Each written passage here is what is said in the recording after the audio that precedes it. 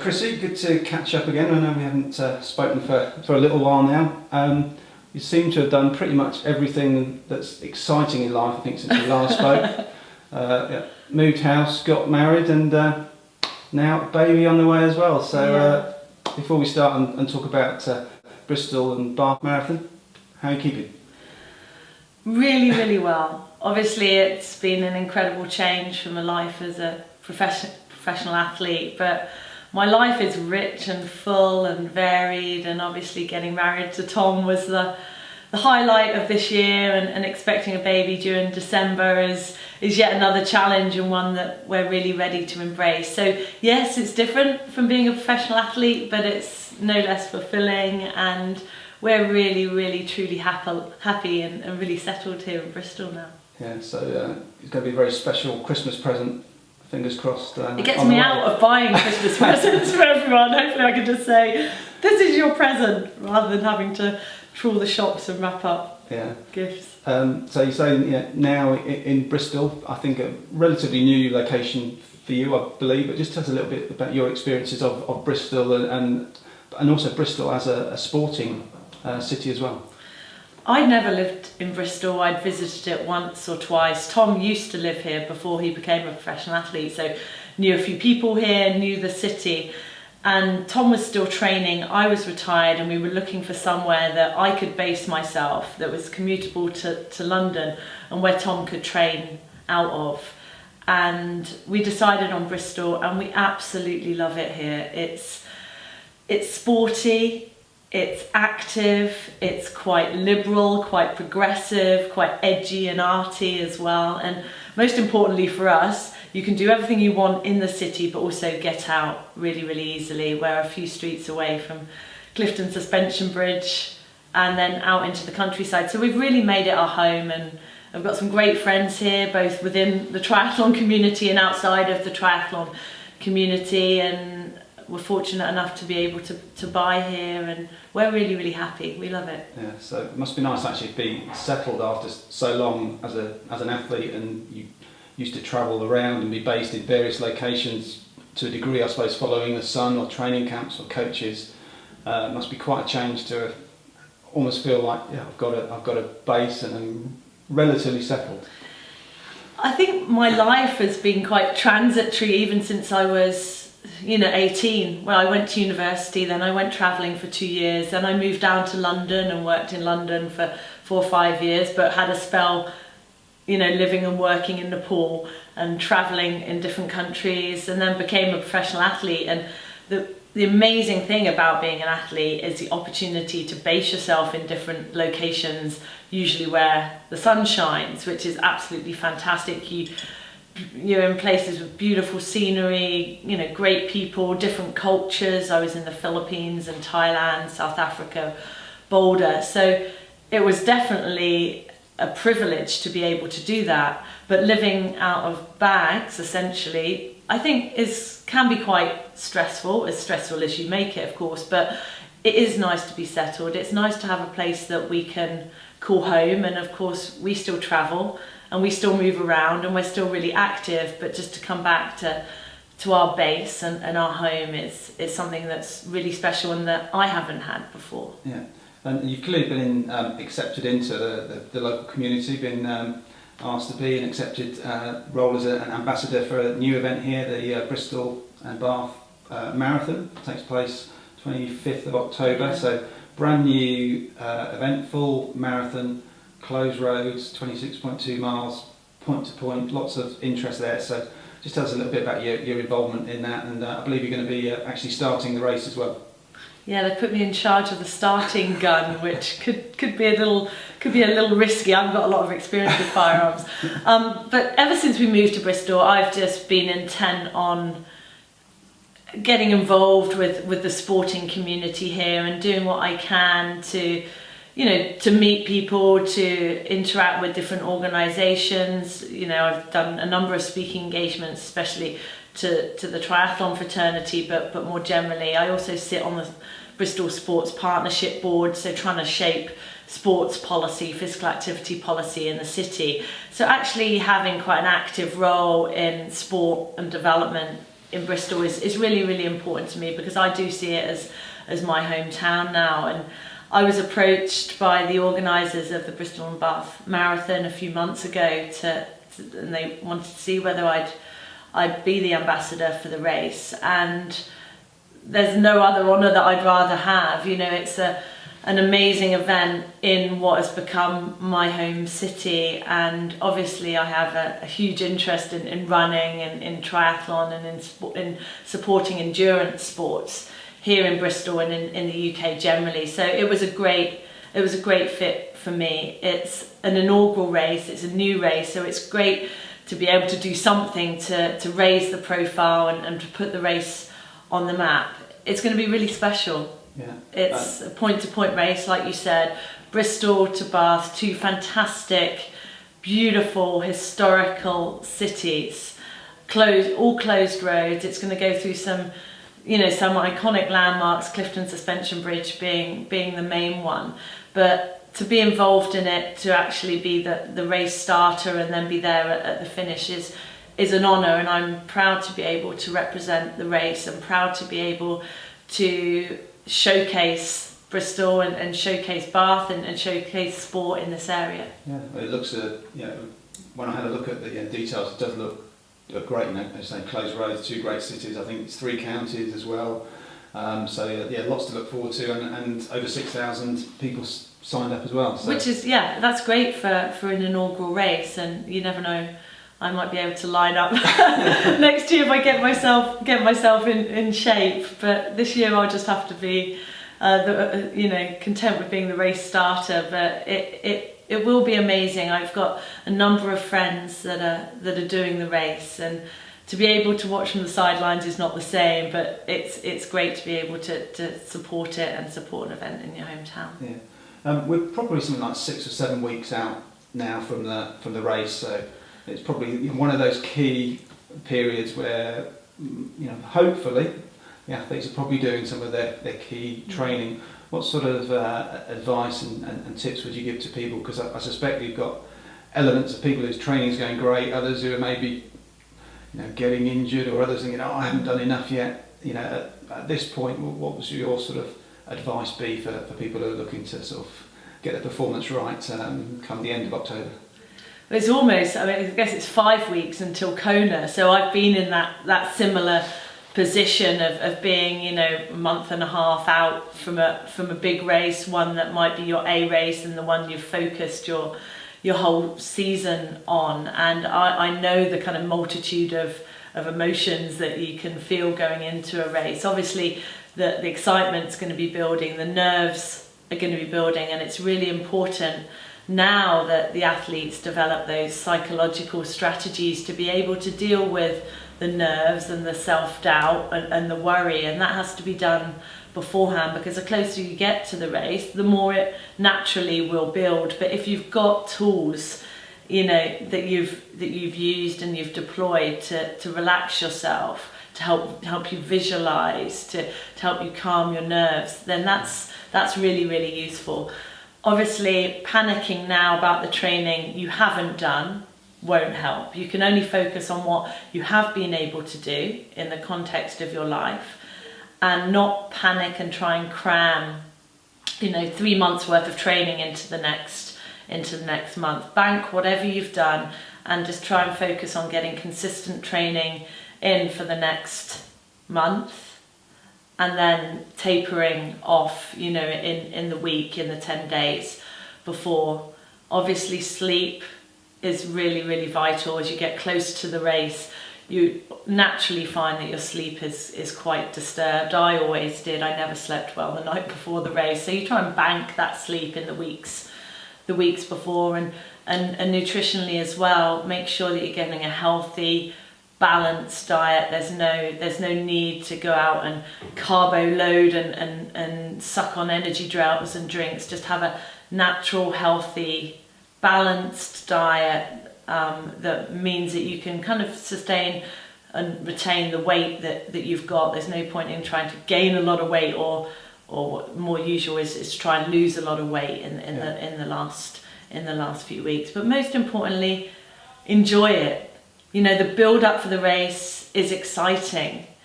And often it goes by so fast that it's really nice to celebrate that journey and celebrate, the culmination of all your efforts as you go into the big day.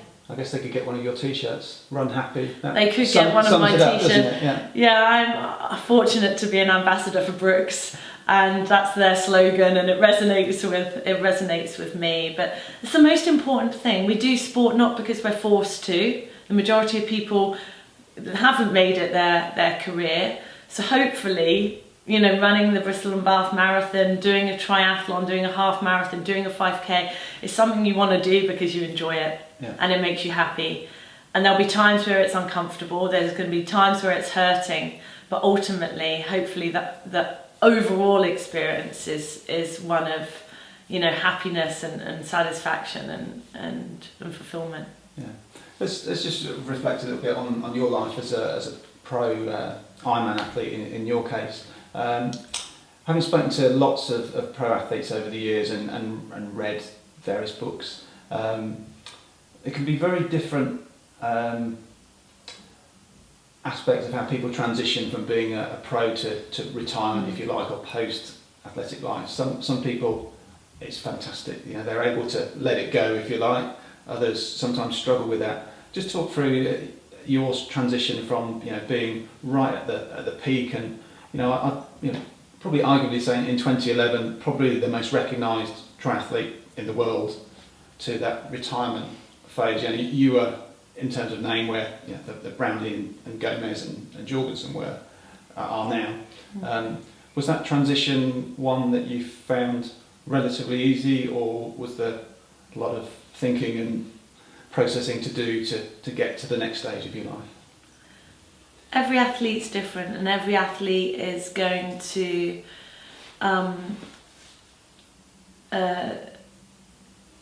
deal with their career in a different way and make different choices both about their career. Whilst as a professional athlete, you have to retire at some point. Your career cannot continue indefinitely, so at some point there has to be a decision that you make, and that decision is going to be hard no matter when you make it. And change is difficult. Stepping into the unknown is difficult. Stepping away from something that you're good at, that you're successful at, that you made a living at, is very, very hard. But I knew that it was right for me. I knew that the biggest challenge I was yet to face was retirement, was coping with the emotions, was coping with the withdrawal, was coping with the addiction to sport, was coping with the inability to validate yourself every day, because that's what you do as an athlete. Every day you've got that self-validation. Lots of measurement. Loads of measurement. I'm a great person. I'm really good because I've done X, Y, and Z in training, or because I've won this race. And if you don't have that every day, you need to seek in your life other areas that are or other things that are going to fulfill you, other things that you're going to strive towards, new goals and new challenges. And I had those. But you have to put them in place slowly and not expect that transition to be easy. And unfortunately, we've seen with some athletes, especially those that in the media, that they've struggled with that process of transition, that loss of identity, that self-questioning, the inability to find something that can be as gratifying as sport can. And now I feel fortunate 3 years on to have carved out a life that is different but no less fulfilling, but in a different way. Yeah. I mean, nothing ever comes close to winning an Ironman race. Nothing comes close to winning Challenge Roth in a record time. Nothing comes close to winning the World Ironman Championships. But you can't always do what you've always done. Yeah. And other things have to be as gratifying as that, but in a different way. You had that amazing race because of the circumstances to an extent of the bike crash before you were put in this position. You know, I was probably like tens of thousands of people sitting at my computer screen at 1 a.m, scratching my head, going, "Oh, I don't know if she can pull this one out, pull this one off." And then what happened, and that digging, you know, to the very depths of your soul, which, you know, as you described, that was the box ticked, if you like. Yeah. If that race had been different, and let's say you hadn't had the bike crash, you know, and we know you had great form beforehand and great fitness, and let's say the race went fantastically well and you did a great time and maybe a record time or whatever, but you hadn't had that absolute feeling that you just described, where you just went, "I know, that's it, there's nothing else." Do you think you would have retired, or was it a sense of what happened in 2011, that was the bit that then afterwards went, "Now's the time"? I think it was a culmination of factors. I think the situation before the race and I guess what I went through to win that race made it incredibly special. It was the hardest race I've ever done, and the best race I've ever done, not for the time on the clock, but just because of the feeling that I had inside. And I think it was that combination of difficulty, of discomfort, of pain, of self-questioning, of self-doubt, and then overcoming of adversity that meant that my questions had been answered. So potentially had it been a race, you know, where I hadn't have overcome so much, I may still have been chasing that something. Yeah. But I do think it answered the questions. I do think it liberated me, and I do think it meant that I was ready to move on. Yeah. So it doesn't sound like you've got any regrets from that. You're happy that those circumstances happened, and that, in a sense, maybe answered a lot of questions. Maybe questions you didn't even know that you had, but it just left you with box ticked. And intuition's a powerful thing, and you can rationalise it, and you can think about it, and you can question the decision you've made. But I felt very strongly that was the time, and there are many people that will tell you that it's not. You should carry on. Why we miss you racing? You know, you're at the pinnacle. You can earn more money. You can win 10. You can exceed Natasha's record. Could you go 8 hours 15? And I understand all that, but it was missing the point. It was missing the point about what made Ironman special to me. Yeah. The thing I do miss the most is the opportunities that being Ironman World Champion brings. You know, you have such a strong voice. You can be such a strong advocate for change, and that's not dissipated, but the longer it is since you've last won, the quieter your voice becomes. And that was really important to me, and that's something I do miss. It wasn't just about clocking up another victory or doing another fast time. I love meeting people and speaking to people and talking about things that are passionate and trying to change the way our sport is run. And it doesn't mean I can't do that now, but you're a little bit more powerful if you are the reigning champion. Yeah. Let's sort of move on, I suppose, to life now, because we've had several conversations in the past, and you've spoken quite openly about it, that while you were a pro athlete, for you training wasn't the 30 or 35 hours a week, whatever it may have been, of swim, bike, run. It was 24 hours a day. It was everything of where you rest, what you eat. So it was all encompassing.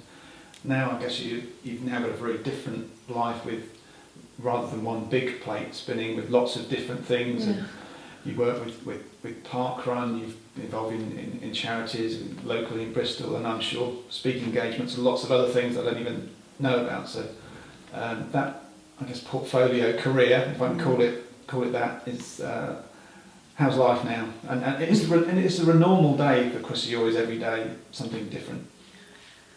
Yeah, I'm a ball juggler. Portfolio career is a great way of putting it. I'll definitely use that. I have a range of different projects on the go, and I like life to be as full and rich and busy as I can possibly make it. Over the course of the past year, I've been involved in a number of different projects. I work full-time for Parkrun. So initially I came on board to set up Junior Parkrun, which is the running series for 4 to 14-year-olds, the free 2Ks that are on a Sunday. And we started off with a little handful, and now we have nearly 60 in the UK. So it's just phenomenal to kind of lead that charge. And now my work for them has broadened, and I do a lot of lobbying and advocacy for them in kind of the physical activity sphere, and also look at how we can change what we do to be more inclusive and accessible to all, especially BME communities, to the disabled, to women. So encouraging more people to do Parkrun and make it more representative of the communities that we're actually in. So that's even more to do Parkrun, because I'm a park runner, and most people I know, it seems to have taken it's amazing. Over. It's, in my mind, it's the best example of local sports development that there is. It breaks down as many barriers to participation as it possibly can be, and it's an absolute honour to work for the organisation. I really, really enjoy it. It's challenging. Working for any small organisation with a national and global scope is going to be difficult and challenging at times, but it's a phenomenal team of people, a great ethos, fantastic mission, and I really am enjoying working for them. Fortunately for me, although the job is full-time, they allow the employees to be a lot more flexible than maybe is the norm, which is great. They understand that I do have different projects on the go, so I can combine that with other work. For example, a couple of years ago, the campaign that I launched with Emma Pooley and Marion Voss and Catherine Bertie. Just going to talk about that, because you were saying just a moment ago about maybe as the years go past from being Ironman world champion, that the power maybe fades, but that was the example I was going to give of what you girls did there, and now we've seen, I think it was the second year of La Course this year. Yeah. I think most people probably, when you started that, you're up against a brick wall here, but you genuinely made significant a difference there that wouldn't have happened, and I'm sure there's more you want to do, but that is must look at that as one of the with real pride, if that's something that you, Emma, Marion and others made happen. That was a really satisfying moment. I remember saying to Emma, it's not the same, but it feels like winning a race. We worked so hard. I mean, behind the scenes, we worked so incredibly hard, devoted so much time to trying to create change, and we built on what others have done. I mean, it's not us operating in a silo. There are many others that are promoting changing women's cycling and women's sport generally. So we were building on that momentum, but my passion is trying to drive change in the field of sport and development. So I'm still working as hard as I can to lobby and advocate for change, particularly here in the UK, at national policy level, working with government officials, working with national governing bodies, other organisations, to try and put physical activity on the map and ensure that it's funded and supported to the extent that it needs to be. So that's something that I care really passionate about, with a focus on women and children, but not solely. So it is a portfolio career. I am juggling lots of different balls, but it's fantastic. It's fantastic to have worked in international development and then have been a professional athlete and now combine both of those passions So you've not got your feet up with too much daytime TV just yet then?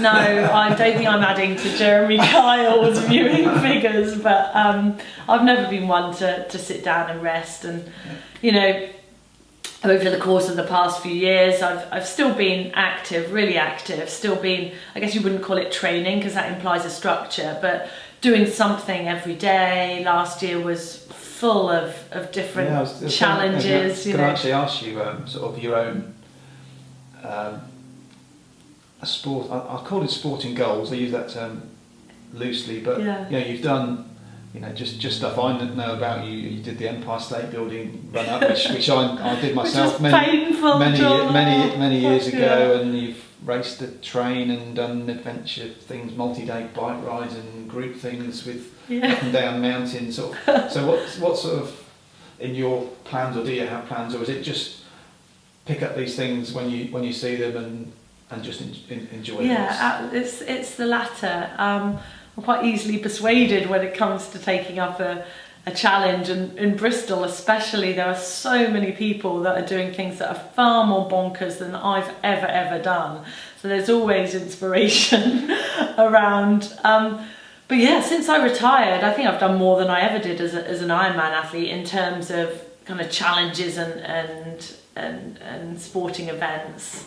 We ran up each of the 3 peaks and cycled between them in 47 hours with no sleep. That was fantastic. I did fantastic. It was amazing. Such a challenge. It was such a challenge. 450 miles, and then obviously the three peaks as well. But it was great. There was a team of 4 of us and a couple of support crews. So that was great. I did man versus horse, which was a wonderful race. Really, really great. Iconic race actually.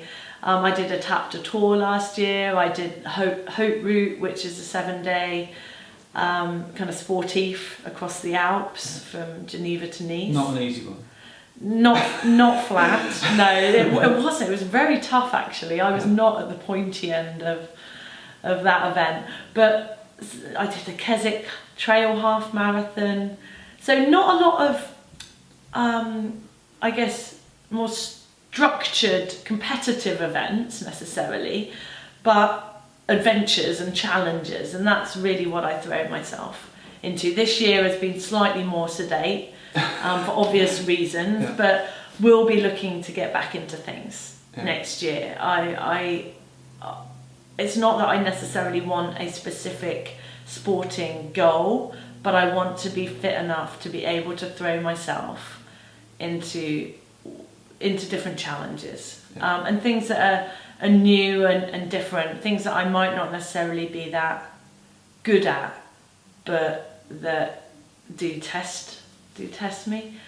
So it's, this year I guess has been a hiatus in terms of actual competitiveness, but I'm trying to be as fit and healthy as I possibly can be, and learning a lot from other athletes that have gone through pregnancy and retained their fitness, other athletes that have gone on to do amazing things. We've just seen Jessica Ennis. I looked at that, I thought maybe there's a heptathlon in my future. No, but seriously, I was in absolute awe of what she'd managed to achieve, 12 months after giving birth, same as, Joe Pavey, Paula Radcliffe. Liz McColgan. They all came back, and that was obviously right for them to go back into competitive sport. I wouldn't necessarily say that I'd go back into competitive sport, but it shows that you can be fit enough to do things at a higher level, having had a baby, and maybe it even enables you to come back stronger. Who knows? Yeah, well, Chrissie, it's been, as always, an absolute pleasure to catch up with you. You're looking very, very healthy and glowing. Fingers crossed for the next few months, and thank you. Your forthcoming present around Christmas time. Best wishes to you and Tom. Thanks for all your support, and all the best to the Try 24/7 community and whoever's got races coming up at the end of the season. Go hard and enjoy it. Will do. Cheers, Chrissie. Take care. Thank you. Thank you.